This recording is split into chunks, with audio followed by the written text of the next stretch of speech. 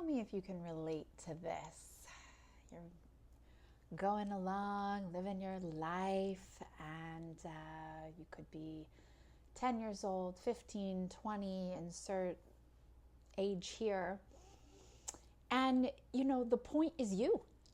It's the me story. It's the me show. You are the sun by which everything gravitates because you're locked in here. And the point is to get as far as you can, be as successful as you can. Perhaps if you have virtues and values laced in there, it's also to, be a good person, to be humble, patient, kind, forgiving. Perhaps there's a little religious or spiritual upbringing sprinkled in. So it's, in whatever lineage you were raised in, that's what it means to be a good person, insert template here. And it's the point. I mean, the point is me. The point is me, right? And something comes along, maybe a big something, maybe a little something, to throw a stick in your spoke or your wheel. And this me show isn't quite satisfying to the fullest. There's a little backdoor notion, a little sneaky feeling somewhere that maybe this isn't the point. Maybe the point is something so vast and indescribable that the me would just disappear and dissolve in its beauty and its profound truth. If you can relate to that, we're together. We're together because the funny thing, like one of the big jokes after all, is that the point was never me. It was always life. It was always life. And we struggle against life when we want to assert that the point is me. Okay, and again, what do I mean by the point is me? What's my career? What's my value? What's my story? How am I doing aesthetically? How am I aging? What's my youth looking like? How am I being affirmed? What are my relationships telling me about me? The good, the bad, the ugly. Where am I going? Oh, that's a big one. Where am I going? Well, this is where I was born, and this is the family I was raised in, and then this is where I'm heading. And if I play my cards right, or if the luck of the draw happens, then I'm going to be heading to somewhere I feel satisfied before I keel over and die. So that's sort of the essence of the point is me, not life. Upon spiritual awakening, when you sort of start to rouse yourself from that dance, that feels really effortful. There's a lot of doing involved in that. It dawns that the point isn't me. The point is life. The point is life. You are being lived. You are being breathed. You are being loved awake. And sometimes it doesn't feel so comfortable. A lot of times it doesn't feel so comfortable. Gentle awakenings, I'm sure they do happen. It also depends on if you've efforted towards something called awakening versus it dawning on you in the midst of suffering hell. And it's very exciting. It's very exciting to talk about this because when you know you are being lived and the point is no longer you, and your belly aching laughter finally subsides, everything becomes very easy, okay? Everything becomes a joyful, spontaneous flow from life, which has nothing to do with Jasmine, the character, or whatever your name is. In fact, in A Course in Miracles, they would say that the ego would be apt to be offended at how little there is to do, okay? Which is one of the things that keeps us asleep from waking up to the fact that the point isn't me, you, I, my. It's all of life. In fact, you are so much bigger and more incredible than the me project would ever let you find out about. Because if it did, that's it. Then the suspicion starts of, wait, maybe I don't need to keep working to manage something that doesn't exist, called me and my, separate from all of life. Truly, the ego, or the separate identified self, Okay, that's what the ego is. It's the separate identified dream. It stifles life. It stifles the fireworking cosmos that is existence. Okay. I'm thinking about Timothy Levitt, a beautiful quote he had in a movie, Waking Life, that I saw eons ago when I was in teenager land. It was so inspiring. And he said, "So many think because then happened, now isn't. But didn't I mention that the ongoing wow is happening right now?" Okay? The ongoing wow is happening right now.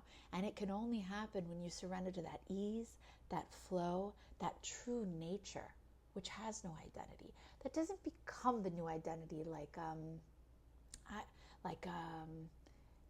this is who I am and this is how I'll identify now as everything, as all that is. It could look like that for some. That's fine. We don't have to get caught up in the weeds of semantics. But it's more like you finally are relieved to come home to the fact that you don't need an identity. You don't actually need an identity to function, okay? It wasn't my identity that helped me wake up this morning, drink my tea, care for my kids, and then see patients in my private practice. It wasn't my identity that had my, that decided whether or not to take the kiddos out for an activity later. You'll notice that things happen of their own accord without you having to insert your separate will, your doing, into them. And actually, they happen better and brighter, which doesn't mean you'll always get what you want. It's the very opposite. You start to feel into the flow of what is right here, right now, that ongoing wow. And even when you don't quite get what you want, the food you ordered, didn't arrive on time, or your child is acting a fool and not going to bed easily when you really desire some rest. I'll use some real world examples. There's a surrendered part of you that understands this is the flow right now. And it's actually better and sweeter than getting what an I would have wanted. Because I think about my dear friend Robert here. What I want, this little separate I and all the other I's out there and anyone listening, is the same thing. It's an end to all wanting, separate from life, separate from that flow. That there's no more doing. There's no more exhausting, strenuous activity, okay, that has to build a life and an identity and manage it all. This is why it's so funny, because it feels like it goes against everything we've been taught or we're sort of born into, incarnated into, right? Now, again, when you blast past Fetter 6, okay, let's see, what's my Fetter education? Will I name it right? I don't need to name it right, but I know 6 is in there. When you blast past the perceptual filter of duality and you literally are not experiencing your consciousness or what you call you stuck in this body, then I'm sure it's even funnier. It's like, I didn't incarnate here to be stuck in a body, to assert my will, to try really, really hard at doing that good. And then the determinant of if I did it really well is that I get validation, or perhaps my pockets are lined with green paper strips, or what the religion or the fancy school or the parents told me success is happened. That's all a dream. It's a mirage. And comfortable states can go in and out of that. It sure is nice to order tasty food and, have luxurious, housing, whatever, insert your comfort here. But it's not attached to anything that you call me and my. And when you see that you're being lived, that it's all a beautiful expression of the one, of the unicity, wow. It's the greatest, infinite, unfolding, surprising wake up again and again and again. And it's like the opposite of what you might have been taught surrender is, like defeat, like letting go, like I wasn't good enough to make the grades, now I'll surrender. Surrender truly is experienced as the sweetest gift of what we are. And going back to the ego would be apt to be offended at how little it is to do. It's one of the cloths that's pulled over our eyes, over our deep inner eyes, right? Over our intuitive cosmic existence eye, the unicity. Because that offense keeps you from looking. It would be offended at how little there is to do, which means it needs to keep doing to feel like there's a reason it exists, right? What's all this strenuous activity for? What is all this about? Building a life and a career and, going out in the world, right? Healing the world, making something of yourself in the world, making your mark on the world. It doesn't want to look at that all being superfluous and, in fact, often causing a hell of a lot of suffering, because that means that it's done. It doesn't have a job anymore to do. And actually, the job it did was nothing. It was nothing. So watch, okay? Watch. Watch if you need a sense of me and my for life to flow, okay? For the sky to appear when you wake up in the morning. It was there all night while you slept.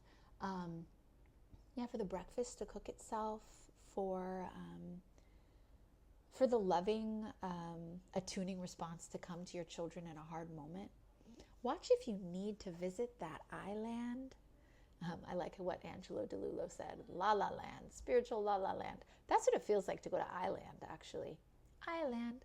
Watch if you need to visit that self-concept in order for life to happen, for what needs to get done to get done. Notice that actually when you do visit thought and a concept of me, which is just a whole big ball of thoughts, it is actually causing suffering in the flow. Can it stop the flow? No. Can you stop all of existence, what we are? Absolutely not. But the illusion it can appear to.